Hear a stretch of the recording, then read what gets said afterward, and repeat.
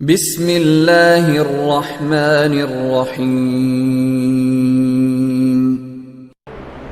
अस्सलामुअलैकुम। CSS की तैयारी कैसे की जाए, बहुत बड़ा सवाल है। मुख्तलिफ लोगों की अप्रोचेस इस सिलसिले में मुख्तलिफ हैं। हमने अपने एक्सपीरियंस की बेस पे आपको चंद टिप्स देनी है। उसमें सबसे पहले हम देखते हैं कि फेडरल पब्लिक सर्विस कमीशन की डिमांड क्या है। फेडरल पब्लिक सर्विस कमीशन चाहता है कि कैंडिडेट जो है उसके पास सॉलिड नॉलेज हो, इंग्लिश का, इस्लामियात का, नेशनल, इंटरनेशनल और साइंस का, और इसके साथ जो वो ऑप्शनल सब्जेक्ट सेलेक्ट करे उनमें भी उसको माहिर होना चाहिए, और इसके साथ चंद स्किल जो हैं वो बहुत ज़रूरी हैं। हमने आज वो पैटर्न तय करना है जिस पर चलकर हम रिटन टेस्ट को क्वालिफाई कर लें। इस सिलसिले में फेडरल पब्लिक सर्विस कमीशन ने सिलेबस दिया हुआ है, एक रोड मैप दिया हुआ है हर सब्जेक्ट के लिए। तो आपने सबसे पहले वेबसाइट से, बुक स्टॉल से, कंपल्सरी सब्जेक्ट्स और आपने जो ऑप्शनल सेलेक्ट किए हैं उनका आउटलाइन जो है वो सिलेबस की हासिल करनी है। आप 12 रजिस्टर, 12 पेपर हैं तो 12 रजिस्टर जो हैं वो लें। हर सब्जेक्ट का रजिस्टर पर उस सब्जेक्ट की आउटलाइन जो है फर्स्ट पेज पे वो लिख दें। इसके साथ एक आपके पास डेली डायरी, जिसको आप रोज नामचा के तौर पर यूज करें, वो होनी चाहिए। आपके पास एक डिवाइस होनी चाहिए नेट से कनेक्टेड, एक पेंसिल होनी चाहिए। ये चीजें हर वक्त आपके पास मौजूद होनी चाहिए। अब आपने उनके जो 12 रजिस्टर आपने लिए हैं उनके आउटलाइन के मुताबिक हेड बना दें। सपोज अगर किसी की 15 आउटलाइंस हैं तो आप समझती हैं कि इसमें टॉपिक 30 बनते हैं, तो आप 30 हेड उसके बना दें, उस रजिस्टर के, उस पेपर के। अब सेकंड मरहला में दाखिल होते हैं। आपने फेडरल पब्लिक सर्विस कमीशन की रिकमेंडेड बुक्स जो हैं उसको हासिल करना है। बल्कि उससे पहले मैं ये कहूंगा कि आप लास्ट पेपर जो हैं, लास्ट 10 ईयर पेपर जो हैं उनको भी लें, उनको उसी रजिस्टर के साथ अटैच करें और उनको थॉरोली उनकी स्टडी करें। ये डिफरेंट लोग जो हैं कुछ कहते हैं कि जी बाद में करना चाहिए, लेकिन मेरी ये ख्याल है मेरा ये कि अगर आपके पास क्वेश्चन पहले हो तो जब आप स्टडी बुक की करेंगे तो आप इजीली उसका जवाब ढूंढ सकते हैं। जब जवाब आएगा तो उसको आप फोकस करेंगे। तो इसलिए आप पहले जो है वो जो लास्ट पेपर हैं उनको अपने पास रखें और उनको स्टडी करें। इसके बाद जैसा कि मैंने पहले अर्ज किया, रिकमेंडेड बुक्स जो हैं, कम से कम रिकमेंडेड बुक्स जो हैं वो जरूर लें, उनको स्टडी करें और डाटा कलेक्ट करें, नॉलेज गेन करें। वो बुक्स की शक्ल में हो, वो इंटरनेट के ज़रिए से हो, यूट्यूब के ज़रिए से हो, न्यूज़ अखबारात के ज़रिए से हो, उनके कॉलम के ज़रिए से हो, किसी भी सोर्स से जो आपके पास इंफॉर्मेशन आती है, नॉलेज आता है, डाटा आता है, उसको आप कलेक्ट करें। और ये डाटा जो है डेली रूटीन में आप अपने रोजनामचा पे लिखें, क्योंकि आपका सारा टाइम एक जगह पे स्पेंड तो हो नहीं सकता, आपने पूरा दिन चलना है। कोई जॉब वाला है, कोई स्टूडेंट है, कोई बिजनेसमैन है, तो उसके मुताबिक उसने अपना टाइम स्पेंड करना है। तो रोजनामचा आपके पास होना चाहिए। वो जिस वक्त भी आपके सब्जेक्ट से रिलेटेड आपको कोई इंफॉर्मेशन मिले, नॉलेज मिलता है, तो आप उसको उस पर राइट करें, लिखें उसके ऊपर। और जब आप अपने स्टडी पॉइंट पे जिस वक्त भी आप पहुंचते हैं, तो वही रजिस्टर जो हैं उनके ऊपर वो दोबारा आप उसको हेड वाइज जो है, जिस हेड का भी आपके पास इंफॉर्मेशन मिली है, वो जैसे मैंने कहा कि एक रजिस्टर उसके 30 हेड आपने बना दिए हैं, जिस हेड की भी, ये नहीं कहना कि पहले हेड की इंफॉर्मेशन होगी तो मैं लिखूंगा, जिस हेड की इंफॉर्मेशन आपको मिलती है उस हेड में उसको लिख दें।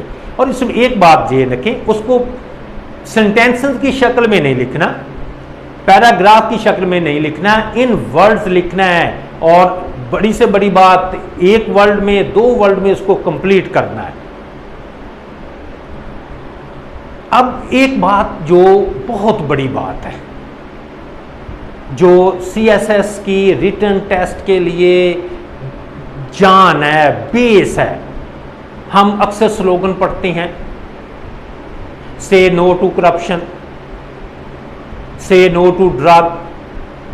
तो आप अपने स्पॉट पे, स्टडी स्पॉट पे एक पंफलेट, एक बैनर, एक साइन बोर्ड बना के जरूर लगा दें, इसी नारे को चेंज करके से नो टू रट्टा, से नो टू रट्टा। अगर आप रट्टा लगा रहे हैं तो अपना टाइम प्लीज वेस्ट ना करें, क्योंकि ये फील्ड रट्टे की फील्ड नहीं है, इसकी डिमांड और है। उस पे आए जे रट्टे को छोड़े, और ये हर वक्त आपके सामने ये नजर आना चाहिए, जब भी आप स्टडी पॉइंट पे आए आपको वो लफ्ज जो है नजर आए, ताकि जो हमारी पुरानी रूटीन बनी हुई है हम उसको दूर कर सकें। अब आपने अपनी डेली रूटीन कैसे सेट करनी, आपने मस्ट न्यूज़पेपर पढ़ना है, नेशनल इंटरनेशनल न्यूज़ सुननी है, उसके लिए आप बीबीसी, अल जजीरा को देख लिया करें।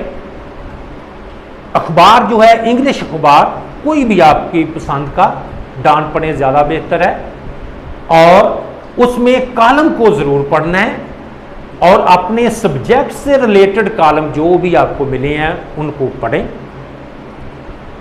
इंफॉर्मेशन जिस सोर्स से भी आपको मिलती है वो कलेक्ट करें। आपने एक व्हाट्सएप ऐप ग्रुप जो है उसको ज्वाइन करना है, ऐसा जो सीएसएस से रिलेटेड हो और स्पेशली आपके ऑप्शनल सब्जेक्ट के बारे में जो इंफॉर्मेशन प्रोवाइड कर रहा हो, तो उसको आप ज्वाइन कर लें। आपको बहुत सारी इंफॉर्मेशन जो है वो मिलेगी। आपने डेली बेसिस पे कोटेशंस बहुत इंपॉर्टेंट है सीएसएस में, कुरानी आयत, हदीस मुबारका, जो भी हेड है उससे मुतल्लिका आपको कम से कम एक हेड में 5 कोटेशंस मस्ट होनी चाहिए।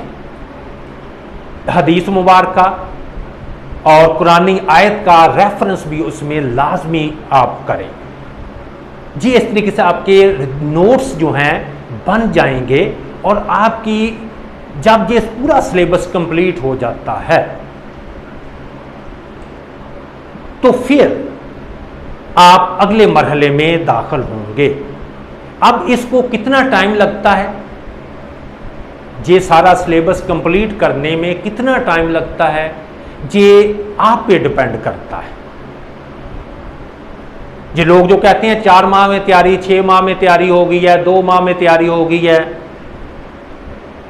तो ये जब तक बेस नहीं होगी, ये आपके पास नॉलेज नहीं होगा, तैयारी का सवाल ही पैदा नहीं होता। ये आपने कितनी देर में ये जो सिलेबस है इससे रिलेटेड जो इंफॉर्मेशन आपने कलेक्ट करनी है, ये कितना टाइम लगेगा, ये आप पे डिपेंड करता है। आप स्टूडेंट हैं, आप एम्प्लॉइज़ हैं, बिजनेसमैन हैं, आप कितना टाइम दे सकते हैं CSS के लिए, इस टास्क के लिए। तो उसके मुताबिक कोई 6 माह में ख़त्म कर ले, साल में कर ले, 2 साल में कर ले। तो जब ये आपका प्रोसेस कंप्लीट हो जाए, फिर आप अच्छे टीचर को ज्वाइन कर सकते हैं, एकेडमी ज्वाइन करें। लेकिन एकेडमी उस वक्त ज्वाइन करें जब आपके पास ये सलाहियत, कौन सी सलाहियत, कि आप तनकीद करने वाले बन जाएं, पॉजिटिव तनकीद, सोच करने वाले बन जाएं, आप एनालाइज कर सकते हो, आप ओपिनियन दे सकते हो,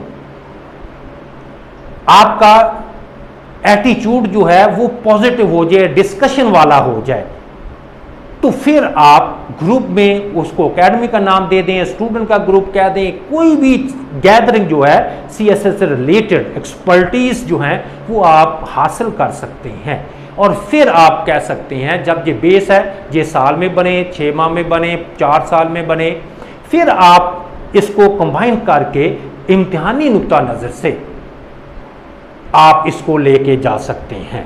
और इसमें बेनिफिट, इस रजिस्टर जो मैंने कहा है बनाएं, इसका बेनिफिट मेरे हिसाब में बहुत ज़्यादा है कि जब आप लिखेंगे तो आपके स्पेलिंग मिस्टेक मिनिमाइज हो जाएगी और आपको कंपोजिंग आ जाएगी, कंपोज करने की आदत पड़ जाएगी। उसके साथ सेल्फ राइटिंग जो है बड़ी इंपॉर्टेंट है, वो भी आप कुछ ना कुछ लिखेंगे, करना शुरू कर देंगे। और जब आपको कंपोजिंग आ गई, नॉलेज आपके पास हो गया और आप उसको कंपोज करना सीख लिया, और आप इंशाअल्लाह ताला CSS के एग्ज़ाम के काबिल हो जाएंगे, बल्कि उसमें compete करने वाले जो चंद लोग होंगे उनमें शामिल होंगे। अल्लाह ताला अपनी रहमत करे और हमें सही तरीका जो है, कामयाबी वाला तरीका जो है अपने हबीब के सदके उस पे चलने की, उस पे अमल करने की, और हमारे अंदर इस्तिकामत, जज्बा, और जितने भी ये कैंडिडेट्स हैं उनको अल्लाह ताला कामयाब व कामरान करे। पाकिस्तान जिंदाबाद।